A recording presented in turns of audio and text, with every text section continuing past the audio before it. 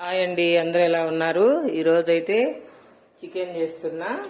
దానికి కావాల్సిన ముందుగా ఉల్లిగడ్డలు అయితే కోసుకున్నాం.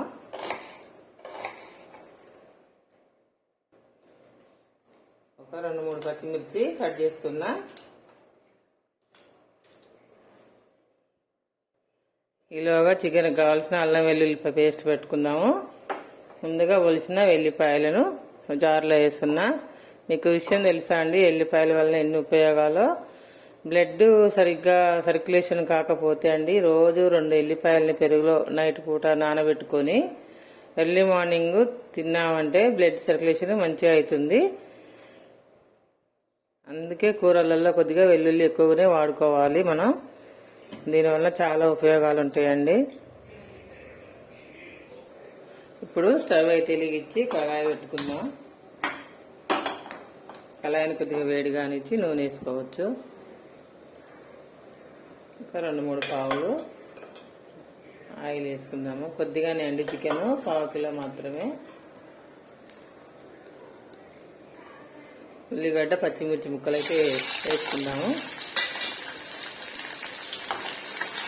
ఇది కొంచెం బ్రౌన్ కలర్ వచ్చేంత వరకు వేయించుకుంటే, ఎప్పుడు ఒకేలాగా కాకుండా ఈరోజు అయితే కొత్తగా చూపిస్తాను. కొత్తగా ఏం లేదండి, కొంచెం చేంజ్ అంతే. పసుపు అయితే వేసాను. ఇప్పుడు కొద్దిగా ఉప్పు వేద్దాము. ఉప్పు వేస్తే ఎల్లిపాయ త్వరగా మంచిగా వేగుతాయి.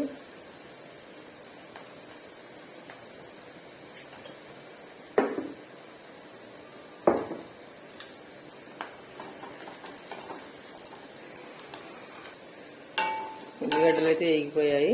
ఇప్పుడు మనం చికెన్ వేసుకున్నాము. ముందుగా శుభ్రంగా ఉప్పు నీళ్ళల్లో కడిగి పెట్టుకున్న చికెన్ అండి ఇది. ఉప్పు నీళ్ళల్లో వేసి చికెన్ ఎప్పుడైనా మనం మార్కెట్ నుంచి తెచ్చిన తర్వాత వాటర్లో సాల్ట్ వేసి శుభ్రంగా చికెన్ కడుక్కోవాలండి. అప్పుడు చికెన్ దానివల్ల స్మూత్గా వస్తుంది. ప్లస్ దానికి ఏమైనా బ్యాక్టీరియా అలాంటిది ఉన్నా కూడా వెళ్ళిపోతుంది. ఇలా చికెన్ వేసుకొని కొంచెం కలిపేద్దాము. అలా ఓకేనా అండి. ఒక 5 నిమిషాలు మూత పెట్టి మగ్గనిద్దాము. స్టవ్ తగ్గిస్తున్నా. ఈ లోపల మార్నింగ్ దొంకున్న గిన్నెలు ఉన్నాయండి, సర్దేస్తాను. ఇవి మార్నింగ్ దొయిన గిన్నెలండి, వీటిలో సర్దేస్తున్నాయి. ఇప్పుడు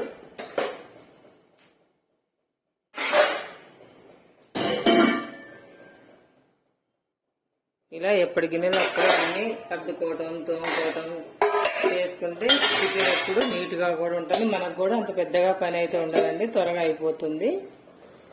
చూసారా, గిన్నెలు సర్దుకొని వచ్చే లోపల కూర చక్కగా మగ్గిపోయింది.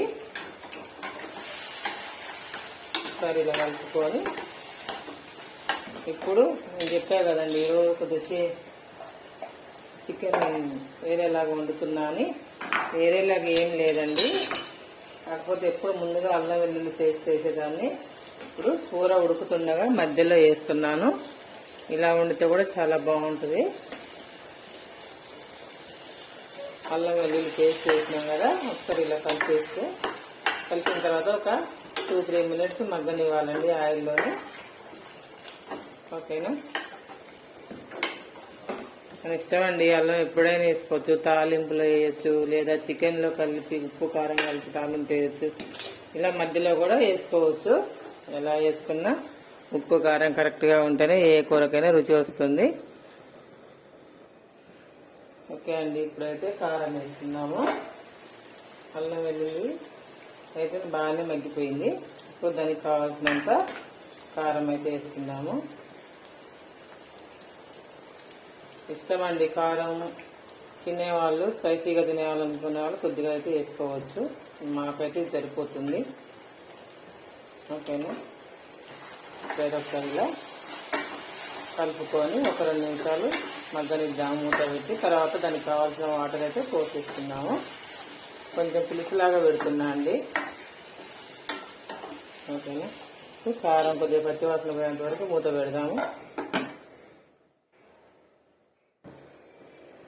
ఇప్పుడు కొద్దిగా పులుసు కోసం కొంచెం వాటర్ అయితే యాడ్ చేస్తున్నా.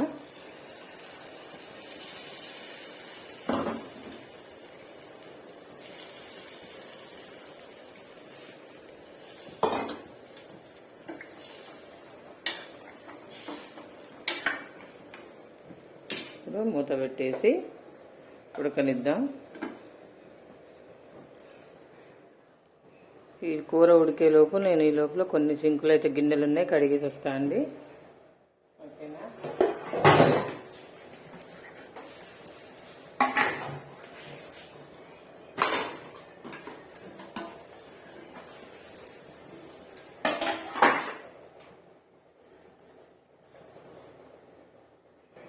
గిన్నెలను శుభ్రంగా కడుక్కుంటే పని అయిపోతుంది. చికెన్ కాదండి.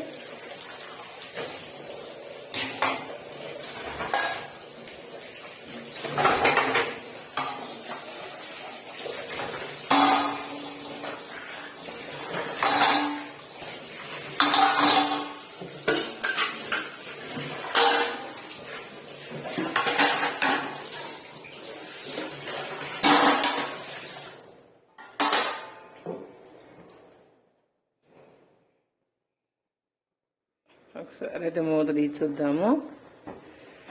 ఇంకొద్దిగా దగ్గరకు కానిద్దామండి పులుసుని.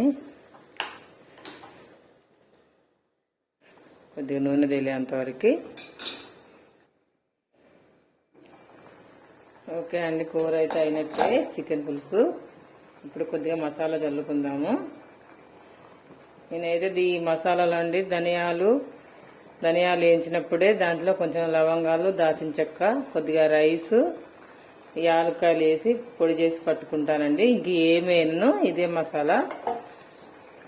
బాగుంటుందండి, చాలా బాగుంటుంది. ఇలా మసాలా తయారు చేసుకుని పెట్టుకుంటే మనము ఇంకా వేరే విడిగా మసాలా వేయాల్సిన అవసరం ఉండదు. ఈ మసాలా అయితే చాలా చాలా బాగుంటుంది. కూర కూడా రుచిగా ఉంటుంది. ఓకేనండి, ఇప్పుడైతే ఉప్పు చూద్దాము. కొద్దిగా ఉప్పు అయితే తక్కువ ఉంది, వేద్దాము. కొద్దిగా ఇంత ఉప్పు అయితే పడుతుందండి. ఓకే అండి, ఇప్పుడు మూత తీసేసి చూద్దాము. స్మెల్ అయితే బాగా వస్తుంది. ఓకే అండి, అయినట్టే. ఓకేనా అండి, ఈ వీడియో కనుక మీకు నచ్చినట్టయితే లైక్ చేసి, షేర్ చేసి, సబ్స్క్రైబ్ చేయండి. Okay friends, bye.